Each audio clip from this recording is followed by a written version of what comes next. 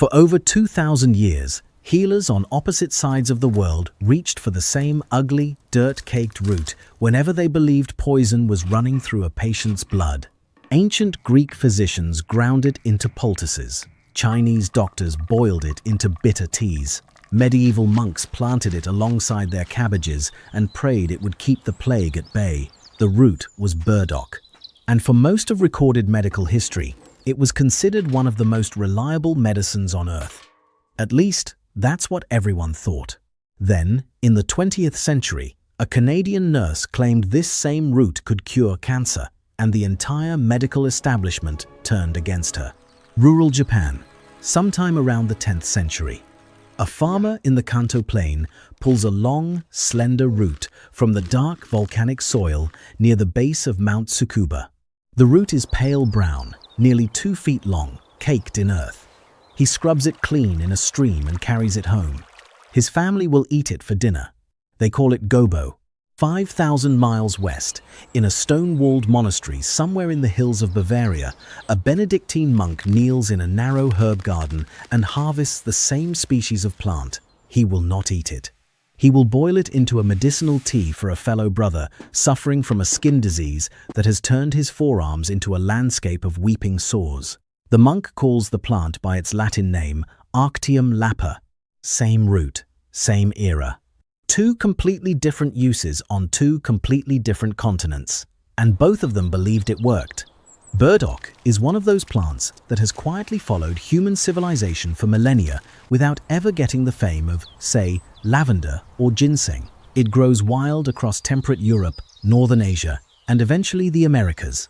It is an aggressive, deeply rooted biennial that can reach heights of 6 feet, with enormous heart-shaped leaves and purple flower heads covered in tiny hooked burrs that cling to animal fur and human clothing.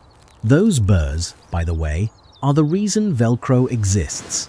In 1941, a Swiss engineer named George de Mestral went hiking in the Alps with his dog and spent an hour picking burdock burrs off the animal's coat.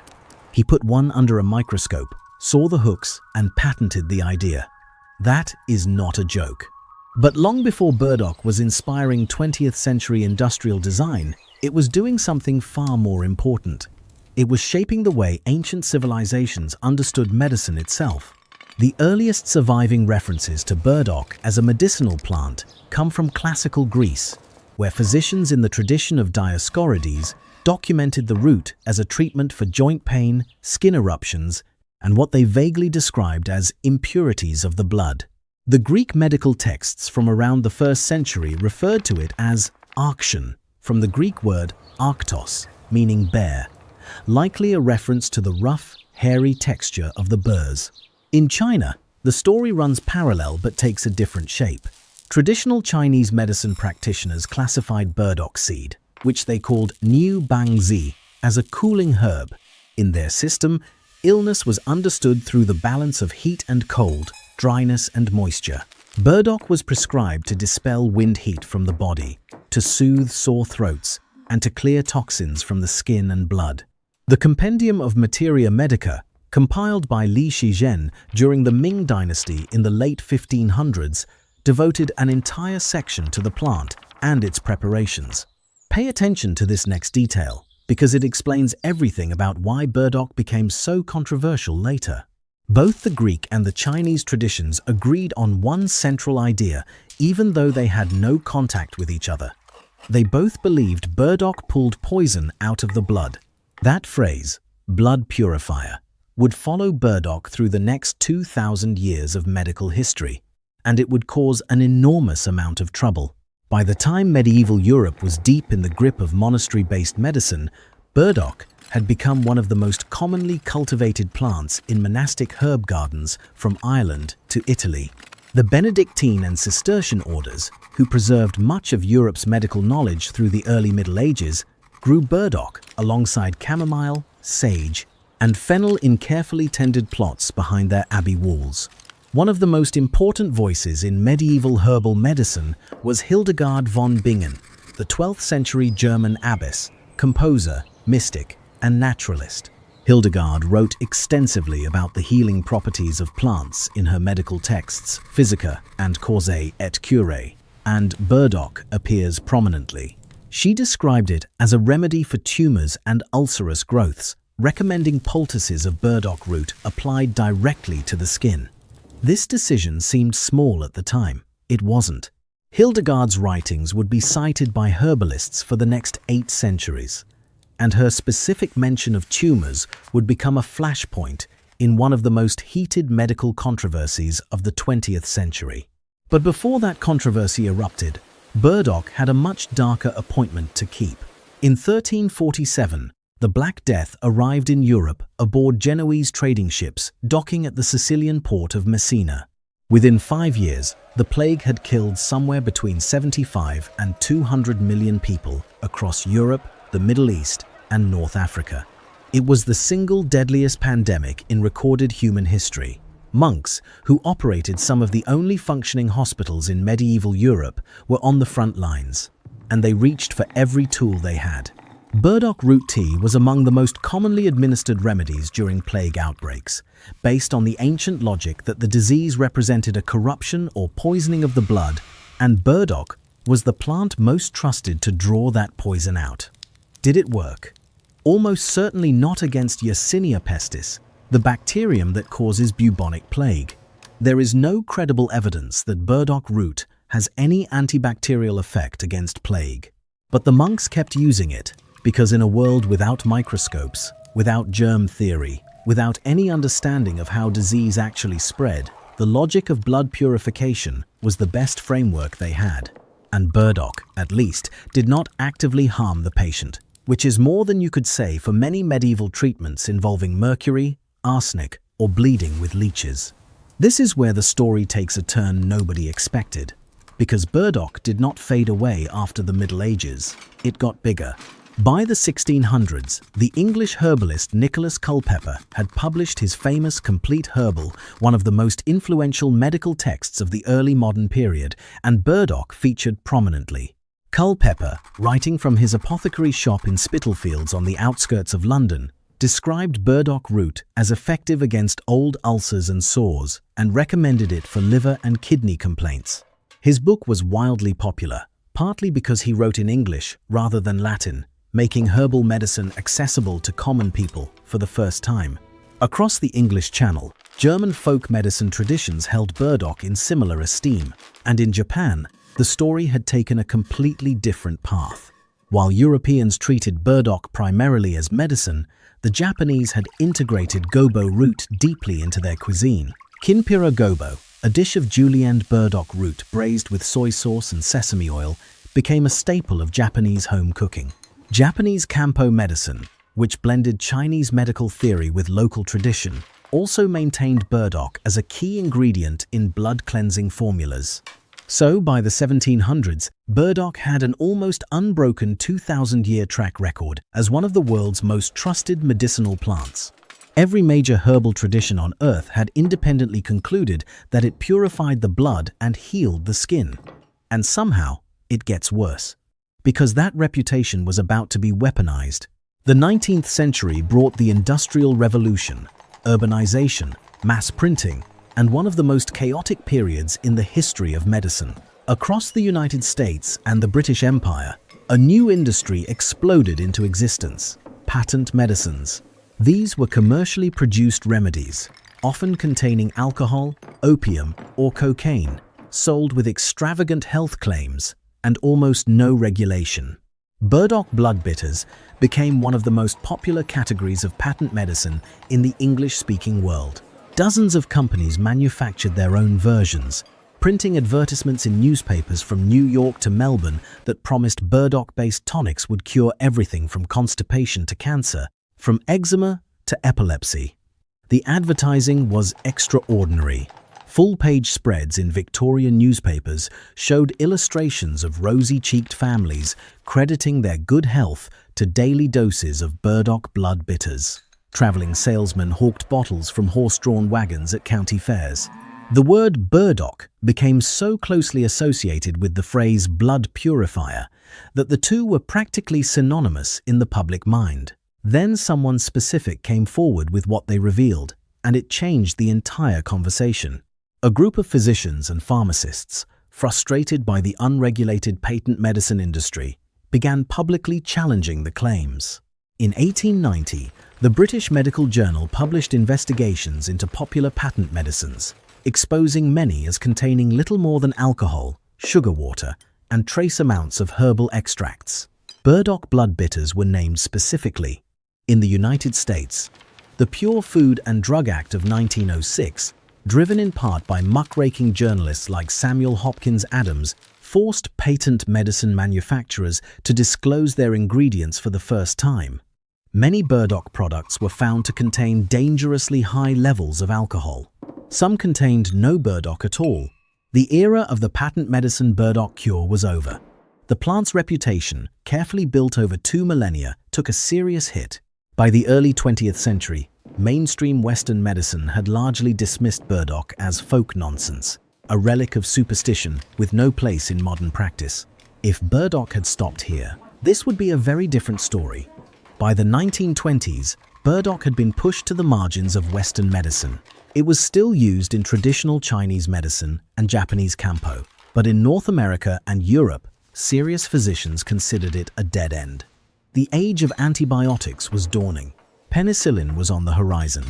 Nobody in the medical establishment was interested in a medieval monk's root tea.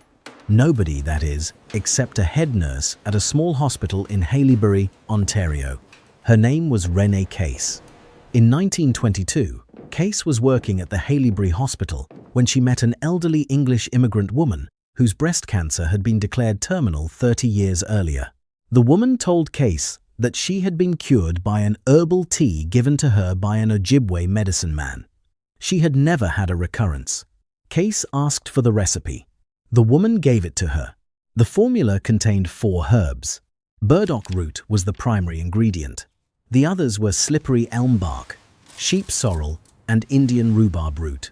Caisse named the remedy Essiac, her own surname spelled backward, and began quietly administering it to cancer patients. Word spread. Within a decade, hundreds of patients were traveling to her clinic in Bracebridge, Ontario, claiming that the tea had cured or significantly improved their cancers. The Canadian medical establishment reacted with fury. The College of Physicians and Surgeons of Ontario investigated Caisse multiple times. They argued that she was practicing medicine without a license, administering an unproven remedy to vulnerable patients, and giving false hope to the terminally ill. Caisse, who never charged her patients for the treatment, argued that she was simply offering what mainstream medicine could not. In 1938, the Ontario government held a formal commission to evaluate Essiac. Over 55,000 people signed a petition supporting Caisse. The commission heard testimony from patients, families, and a handful of sympathetic physicians. But the medical establishment held firm. Without controlled clinical trials, without peer-reviewed evidence, they could not endorse the treatment. Caisse spent the next 4 decades fighting for recognition. She partnered with a physician named Charles Brush, personal doctor to President John F. Kennedy, who publicly stated that he had used Essiac in his own clinic and believed it had merit. She negotiated with pharmaceutical companies, offered her formula to the Canadian government, and continued treating patients privately. She died in 1978 at the age of 90, without ever seeing Essiac accepted by mainstream medicine. You'd think someone would have said something. Nobody did. Or rather, plenty of people said things, but the medical establishment and the alternative medicine community were talking past each other. The establishment demanded randomized controlled trials. The herbalists pointed to centuries of traditional use. Neither side was willing to meet in the middle. But quietly, far from the shouting, something interesting was happening in research laboratories. Starting in the 1980s, Japanese and Korean biochemists began isolating specific compounds from burdock root and testing them in controlled laboratory settings. One compound in particular attracted attention. Arctigenin, a lignan found in burdock seeds and roots, showed measurable anti-inflammatory and antioxidant properties in cell culture studies. In 2011, a research team at the University of Ottawa published a study in the Journal of Ethnopharmacology examining the biological activity of the 4 herbs in the Essiac formula.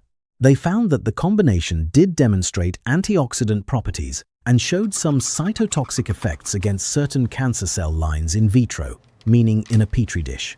That is not the same thing as curing cancer in a living human being, and the researchers were careful to say so. Other studies followed. Researchers in Taiwan published findings in 2014 showing that arctigenin inhibited the growth of lung cancer cells in laboratory conditions. A Brazilian team found anti-inflammatory effects relevant to liver protection. Korean researchers documented modest blood sugar lowering effects in diabetic animal models. The clock was already ticking. Burdock just could not hear it yet. Because here is the tension at the heart of this entire story.